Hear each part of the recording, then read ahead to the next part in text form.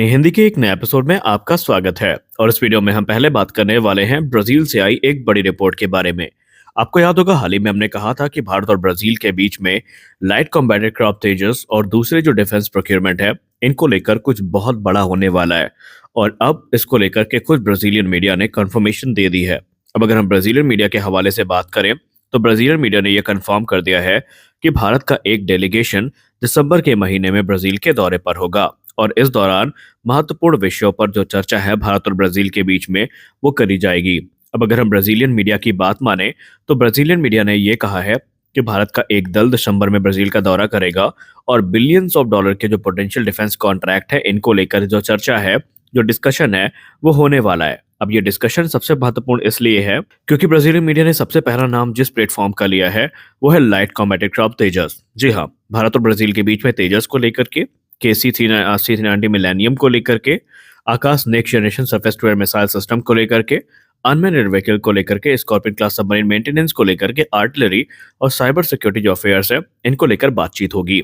लेकिन आपको बता दें कि ब्राजील इस समय तेजस को लेकर के कितना ज्यादा इंटरेस्टेड है, इसका अंदाजा आप इसी से लगा सकते हैं कि हाल ही में 18 नवंबर को एक रिपोर्ट सामने आई थी जहां पर यह कहा गया था कि ब्राजील को तत्काल तौर पर जो एडवांस फाइटर्स हैं, उनकी जरूरत है। और इसके लिए ब्राजील भारत के लाइट कॉम्बैट एयरक्राफ्ट तेजस मार्क 1A को सबसे आदर्श मानता है, क्योंकि उसके पीछे की वजह यह है, ये कॉस्ट इफेक्टिव भी है, वर्सेटाइल भी है और इसने अपनी कैपेबिलिटी को साबित भी किया है। लेकिन ब्राजील इस समय बड़े पैमाने पर इनको खरीदने के लिए शायद अभी इच्छुक नहीं है। ब्राजील जो बार्टर डील है, इसकी जो संभावनाएं हैं, इनको एक्सप्लोर कर रहा है।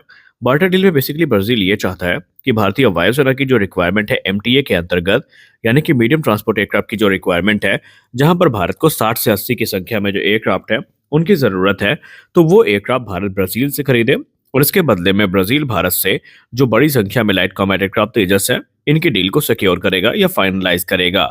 और ऐसे में भारत की भी जरूरतें पूरी होंगी और ब्राजील की जरूरतें भी यहाँ पर पूरी होने वाली है। ब्राजील ने यह भी कहा कि अगर भारत C-390 मिलेनियम को सेलेक्ट करता है तो अपॉर्चुनिटीज काफी बढ़ जाएंगी कि ब्राजील और भारत के बीच में जो सैन्य संबंध है वो एक नए आयाम को प्राप्त कर सकते हैं। देखिए, अगर हम ब्राजील की वायुसेना पर नजर डालें तो पिछले कुछ समय से ब्राजील लगातार अपनी जो वायुसेना है उसको मॉडर्नाइज करने के प्रयास में है। पर्टिकुलरली वो इस समय अपने पुराने नॉर्थरॉप F5 टाइगर 2 जैसे जो फाइटर एयरक्राफ्ट है, इनको रिप्लेस करना चाहता है। F5 एयरक्राफ्ट निसंदेह काफी अच्छे एयरक्राफ्ट थे, लेकिन अब आने वाले भविष्य में कुछ ही वर्षों में ये रिटायर होने वाले हैं। उसके पीछे की वजह ये है कि वर्सेटाइल प्लेटफॉर्म होते हुए भी अब ये अपने सर्विस लाइफ को पूरा कर चुके हैं। और जाहिर सी बात है, जब एयरक्राफ्ट की सर्विस लाइफ पूरी हो जाए तो उसको रिटायर कर देना ही अच्छा है, अन्यथा एक के बाद एक जो एक्सीडेंट्स हैं वो हमें देखने को मिल सकते हैं। लेकिन ब्राजील के सामने समस्या ये है कि वो चाहते हैं कि एक ऐसा वर्सेटाइल प्लेटफॉर्म इनको रिप्लेस करे जो कि उनके जेब पे महंगा भी ना पड़े और सारी जरूरतें पूरी भी हो जाए। तो ऐसे में लाइट कॉम्बैट एयरक्राफ्ट तेजस एक सबसे आदर्श ऑप्शन के तौर पर उनके सामने आया है। और इसी कॉन्टेक्स्ट में जो ब्राजील है, उसने पहले भी एक बार जो ग्रिपेन ई फाइटर्स हैं, इनको इंडक्ट किया था, जो कि highly capable multi role fighter aircraft है जिन्हें साप के द्वारा विकसित किया गया है। अब ग्रिपेन ई की जहां तक बात रही तो उनका maximum take off weight 16.5 ton का है, जो कि काफी अच्छी जो कैपेबिलिटीज है वो ऑफर करते हैं, जिसमें एडवांस एवियोनिक देखने को मिल जाती है, सुपीरियर मनूवरबिलिटी देखने को मिल जाती है, wide range of weapon system देखने को मिल जाते हैं। लेकिन ब्राजील इस समय इनके संख्या को बढ़ाना नहीं चाहता है। ब्राजील चाहता है कि इनके तुलना में जो ज्यादा कॉस्ट इफेक्टिव और अफोर्डेबल ऑप्शंस हैं, उनको एक्सप्लोर किया जाए, उनको देखा जाए।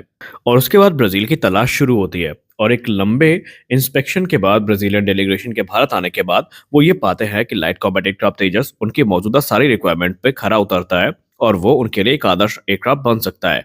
यानी कि वो F5 के रिप्लेसमेंट के तौर पर लाइट कॉम्बैट एयरक्राफ्ट तेजस को देख रहे हैं। अब अगर हम तेजस मार्क 1A की बात करें तो इसका जो मैक्सिमम टेक ऑफ वेट है ये 13.5 टन का है, जो कि ग्रिपेन की तुलना में कम है। लेकिन ब्राजील को इस चीज का भरोसा है कि एयरक्राफ्ट की जो यूनिक कैपेबिलिटीज है वो ब्राजील को ज्यादा इफेक्टिव वे में बैलेंस प्रदान करेंगी कॉस्ट एफिशिएंसी और परफॉर्मेंस के बीच में, क्योंकि तेजस एक हल्का एयरक्राफ्ट होने के बावजूद काफी ज्यादा परफॉर्मेंस में अच्छा है और इसमें जो घातक वेपन्स हैं ये ब्राजील की रिक्वायरमेंट्स को पूरा करने में पूर्णतया सक्षम है।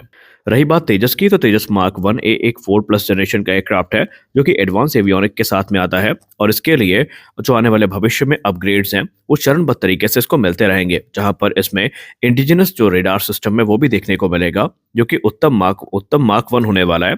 और इसकी जो मल्टी रोल कैपेबिलिटीज हैं उनसे हम सब भली भांति परिचित हैं। ये साइज में छोटा है और इसका वेट भी कम है, यानी कि ये चैलेंजिंग टेरेन में और लिमिटेड इंफ्रास्ट्रक्चर जहाँ पे होगा वहाँ से भी ऑपरेट किया जा सकता है। और इसकी जो एजिलिटी और मनोवरबिलिटी है वो इसे अपने कैटेगरी का सबसे घातक एयरक्राफ्ट बना देती है। अब ब्राजीलियन एयरफोर्स की बात करें तो वो तो तेजस पे कोई कमी ढूंढ पाने में सक्षम नहीं है। उन्होंने कहा कि इसमें जो भारत ऑफर कर रहा है हथियार वो अपने आप में काफी ज्यादा यहाँ पर महत्वपूर्ण है, क्योंकि अगर ब्राजील इसको लेता है तो जाहिर सी बात है कि अस्त्र सीरीज की मिसाइल का एक्सेस उनको मिलेगा, जहां पर अस्त्र मार्क 1 से लेकर जो अस्त्र 4 तक विकसित की जाएंगी सभी का एक्सेस ब्राजील के पास होगा। और आप जानते हैं कि अस्त्र मार्क 1 जो है ये अब वेस्टर्न काउंटर पार्ट से कंपेयर की जाती है और कैपेबिलिटी में कहीं कहीं उसको सरपास भी कर रही है। अस्त्र मार्क 1 की रेंज की बात करें तो वो 110 किलोमीटर की है। अस्त्र मार्क 2 की जो रेंज है वो 160 किलोमीटर की है, जबकि अस्त्र मार्क 3 की रेंज 300 किलोमीटर से ज्यादा की होने वाली है। अगर हम एयर टू ग्राउंड कैपेबिलिटी की बात करते हैं तो इसमें हाल ही में आप सबने सुना होगा जेडैम के इंटीग्रेशन को, जो जेडैम के साथ तस्वीरें हैं वो सामने आई थी, यानी जॉइंट डायरेक्ट अटैक म्यूनिशन ये कैरी कर सकता है। इसके अलावा इसमें आपको एएसएम हैमर देखने को मिल जाती है जो कि फ्रेंच मिसाइल है। स्पाइस बॉम्ब्स देखने को मिलने वाले हैं। इसके अलावा आपको यहाँ पर ब्रह्मोस एनजी जैसी जो घातक मिसाइल है, रुद्रम सीरीज की मिसाइल्स जो है वो देखने को मिलेगी, और तारा और गौरव जैसे जो बॉम्ब्स है वो तो इसकी ताकत को बढ़ा ही रहे हैं। तो ये सारी कैपेबिलिटी निसंदेह ब्राजील को अट्रैक्ट करने में सक्षम हुई है।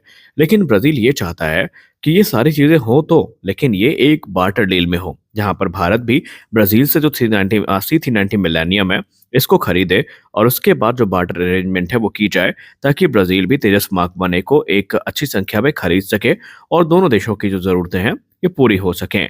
अब यहाँ पर दोनों देशों के बीच में ये डील कहाँ तक पहुंचेगी ये तो भविष्य ही बताएगा, लेकिन हम सब जानते हैं कि लाइट कॉम्बैट एयरक्राफ्ट तेजस को अगर ब्राजील ने लिया तो ब्राजील के लिए ये एक घाटे का सौदा नहीं होगा। और अगर हम भारत की बात करें तो भारत के एक्सपर्ट्स ये कहते हैं कि फिलहाल भारत को एक्सपोर्ट मार्केट पे ध्यान तो रखना ही चाहिए, लेकिन भारत को ये भी देखना चाहिए कि क्या हम तय किए गए समय पर एयरक्राफ्ट डिलीवर करने में सक्षम होंगे, क्योंकि अभी तेजस प्रोग्राम खुद इंजन इश्यूज के चलते परेशान है। और कुछ डिफेंस एनालिस्ट तो यहाँ तक कहते हैं कि भारत को पहले अपनी रिक्वायरमेंट देखनी चाहिए। क्या हमारे पास उचित संख्या में तेजस मार्क 1 हो चुके हैं? क्या हम अभी इस स्थिति में है कि हम इनको एक्सपोर्ट कर पाएंगे? क्या इसका मास प्रोडक्शन हो सकता है? और अगर इसका जवाब हाँ है तो भारत को निसंदेह फिर जो एक्सपोर्ट है उसके तरफ निसंदेह देखना चाहिए। खैर जो भी हो, भारत एक्सपोर्ट करने का प्रयास तो काफी लंबे समय से कर रहा है। पहले हमें मलेशिया के केस में उम्मीद थी कि हम वहां पर ऑलमोस्ट डील को फाइनल करने के करीब पहुंच गए थे, लेकिन अनफॉर्चुनेटली वो चीज़ हो नहीं पाई। उसके बाद जो कोरिया का केस है वो हमने देखा कि कोरिया का जो FA-50 है वो भारत पे कई बार भारी पड़ चुका था।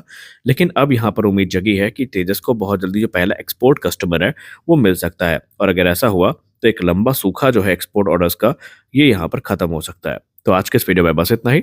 आशा करते हैं ये वीडियो आपको अच्छी लगी होगी। वीडियो अच्छी लगी तो वीडियो को लाइक करिए, नए हैं तो चैनल को सब्सक्राइब करिए। मिलते हैं अगले वीडियो में कुछ और अपडेट्स के साथ, तब तक के लिए जय हिंद।